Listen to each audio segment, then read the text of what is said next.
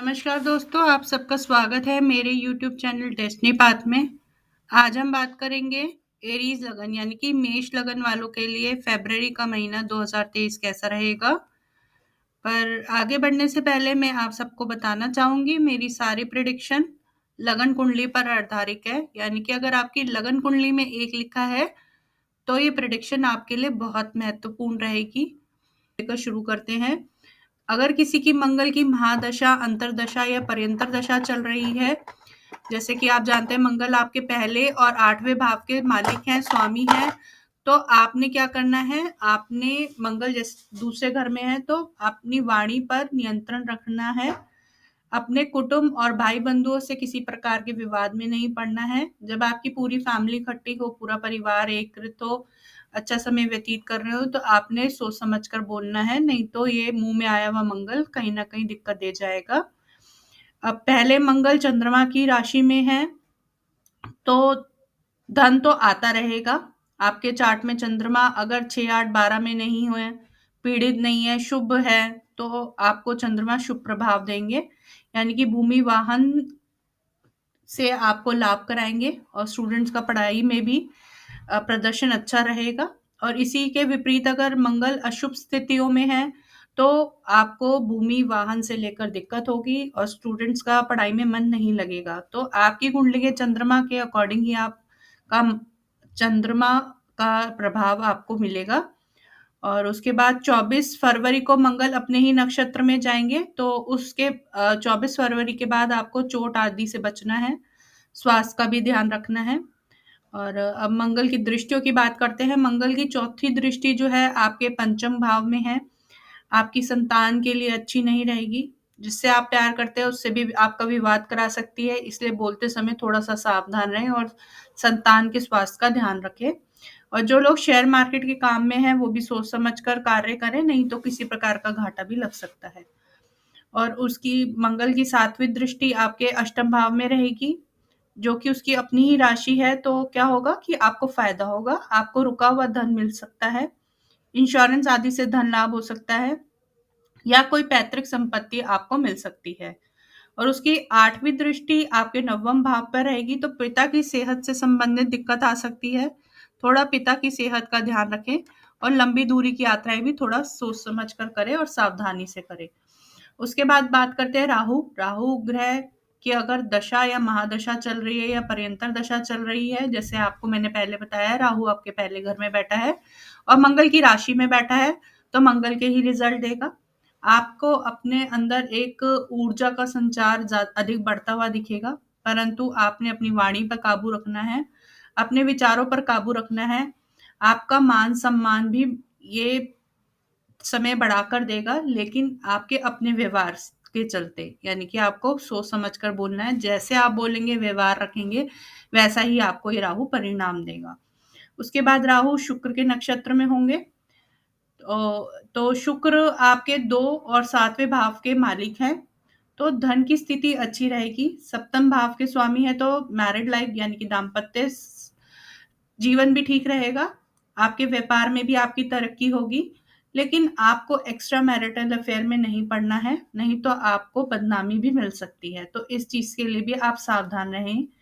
और राहु 20 फरवरी को केतु के नक्षत्र में चले जाएंगे, यानी कि 7वें घर में केतु बैठे हैं, तो वो केतु का प्रभाव देंगे।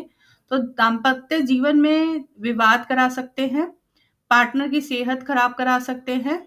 अगर आपका कोई विवाह से संबंधित कार्य चल रहा है, यानी कि कोई मैरिज प्रपोजल वगैरह आप देखने जा रहे हैं या देख चुके हैं या बात चल रही है, तो उसमें आपको दिक्कत दे सकते हैं।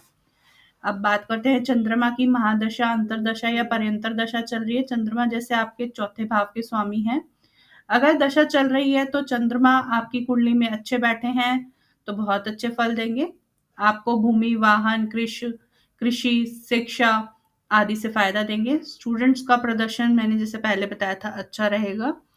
अब बात करते हैं बुध की। अगर आपकी महादशा या अंतरदशा चल रही है, जैसे कि आप जानते हैं बुध आपके तीसरे पराक्रम और रोग, ऋण, रिपु के स्वामी हैं, के भावों के स्वामी बन के बैठे हैं बुध आपकी कुंडली में।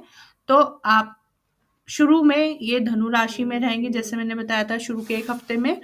तो भाग्य स्थान में बुध का आना ज़्यादा अच्छे फल नहीं देगा, भाग्य आपका साथ नहीं देगा, यात्रा भी अच्छी नहीं रहेंगी। पिता को लेकर थोड़ी-सी चिंता बनी रह सकती है, लेकिन धन आता रहेगा, व्यापार चलता रहेगा, लेकिन नवम भाव के जितने सुख हैं, उसमें वो कमी कर देंगे। उसके बाद बुध 10 नंबर राशि में चले जाएँगे 7 फरवरी को, जो कि उनकी मित्र राशि है, शनि की राशि है, तो बहुत बढ़िया फल देंगे। 7 फरवरी से जमीन जायदाद से धन लाभ होगा, व्यापार में वृद्धि होगी और शेयर मार्केट से भी लाभ होगा। नौकरी में दिक्कत आ सकती है, तो उस चीज के लिए थोड़ा सा सावधान रहें, किसी प्रकार का रिस्क ना लें अपनी जॉब में। और स्टूडेंट्स का प्रदर्शन अच्छा रहेगा। 23 फरवरी से बुध मंगल के नक्षत्र में होंगे, मंगल और बुध शत्रु हैं, तो सेहत का थोड़ा सा ध्यान रखिएगा, जैसे मैंने हेडिंग भी दी है। और कार्य में थोड़ा-सा विघ्न आ सकता है, बाधाएँ आ सकती है और कारोबार, आमदनी लेकिन बनी रहेगी, लेकिन थोड़ा-सा रुकावट बनी रहेगी। और उसके बाद अगर बुध की दशा चल रही है, तो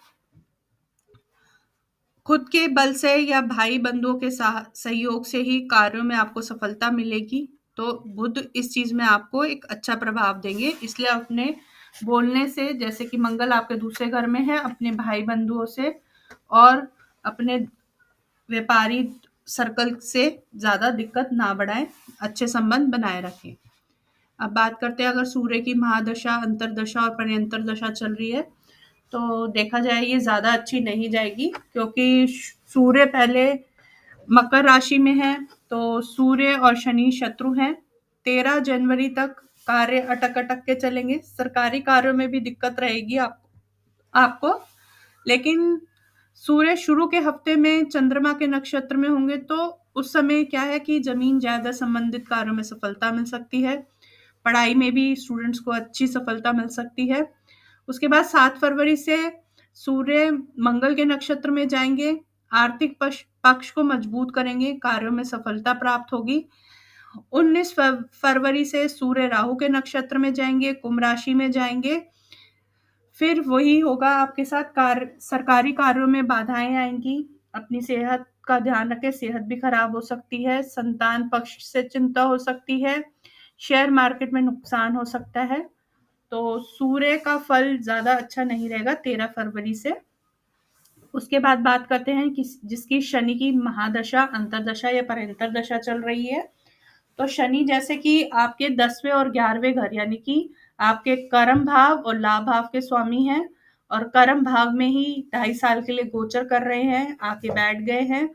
तो कर्म भाव के स्वामी लाभ स्थान में आएगा, तो लाभ देता ही है, भरपूर लाभ देंगे शनि आपको, क्योंकि वो अपनी मूल त्रिकोण राशि कुंभ राशि में है। यहाँ शनि व्यापार में लाभ देंगे, जॉब में प्रमोशन देंगे, इच्छाओं की पूर्ति करेंगे, जिस कार्य में हाथ डालेंगे उसमें शनि आपको सफलता देंगे।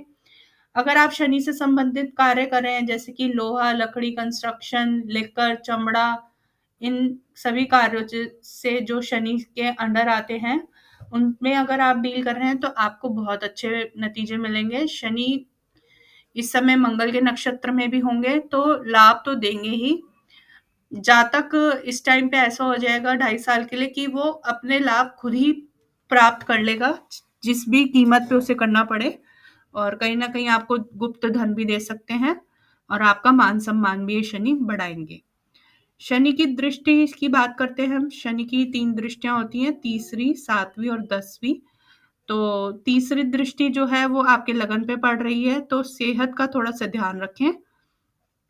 और शनि की 5वीं दृष्टि आपके 7वीं दृष्टि आपके 5वें भाव में पड़ रही है, यानी कि संतान संबंधित चिंता बनी रहेगी, प्रेम संबंधों में दिक्कत देंगे। और शनि की 10वीं दृष्टि आपके अष्टम भाव पर पड़ रही है, जो कि अच्छी नहीं है, क्योंकि अष्टम भाव बाधाओं और पीड़ाओं का है, तो कहीं न कहीं आपको उस चीज़ के लिए सावधान रहना पड़ेगा। अब बात करते हैं शुक्र की, अगर दशा और अंतर्दशा चल रही है, तो शुक्र आपको धन लाभ कराएँगे, घूमना-फिरना आपका बढ़ाएँगे, आपकी लाइफ में लग्ज़री बढ़ाएँगे। 15 फरवरी को 12वें घर में उच्च राशि में हो जाएँगे, तो हर प्रकार के ऐश्वर्य, ऐशो-आराम जो मैंने आपको बोला है, घूमना-फिरना, धन लाभ, लग्ज़रियस लाइफ, ये सब आपको देंगे। अब थोड़ा-सा तारीख से बात करते हैं। 1 फ़रवरी को शुक्र राहु के नक्षत्र में होंगे। राहु के नक्षत्र में शुक्र रहस्यमय संबंधों से फ़ायदा कराएँगे, पर थोड़ा-सा सावधान रहना है आपको। उसके बाद 7 फ़रवरी को गुरु के नक्षत्र में चले जाएँगे। गुरु आपके 9वें और 12वें भाव के स्वामी हैं, तो खर्चा बढ़ाएँगे। आपका इन्वेस्टमेंट बढ़ेगी। कब कहीं लंबी दूरी की यात्रा पे भी आप जा सकते हैं। विदेश में से भी आपको धन आ सकता है या विदेश संबंध आपके बढ़ेंगे। उसके बाद जो 15 फरवरी का मैंने आपको बताया है, अब गु वो अपनी उच्च की राशि में चले जाएँगे, यानी कि मीन राशि में जाएँगे, तो लग्ज़री तो बढ़ाएँगे ही, लाभ भी दिखाएँगे, घूमना-फिरना भी करा सकते हैं। तो इस तरह से आपकी शुक्र की महादशा या अंतर्दशा चल रही है, तो ये परिणाम देगी। उसके बाद बात करते हैं गुरु की दशा की। गुरु की दशा, गुरु जैसे आपके भाग्येश और द्वादश हैं, तो विदेश यात्राएँ हो सकती हैं, फॉरेन सेटलमेंट भी करा सकता है, जिसका वीज़ा ना लग रहा हो इस टाइम पे उनको वीज़ा मिल जाएगा। फॉरेन में बिज़नेस बढ़ाएगा आपका। गुरु शुरू में शनि के नक्षत्र में है, तो फ़ायदा होगा, भरपूर धन लाभ करेंगे क्योंकि शनि 17 जनवरी से आपके 11वें भाव में आ गए हैं। और गुरु की दृष्टि आपके चौथे भाव पे पड़ेगी, यानी कि भूमि वाहन के लाभ होगा, स्टूडेंट्स का पढ़ाई में प्रदर्शन अच्छा रहेगा।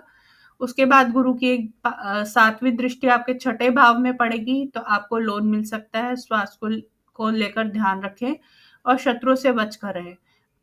और उसके बाद गुरु की जो आपकी 9वीं दृष्टि है वो आपके अष्टम भाव पे है, तो आयु में वृद्धि करेंगे।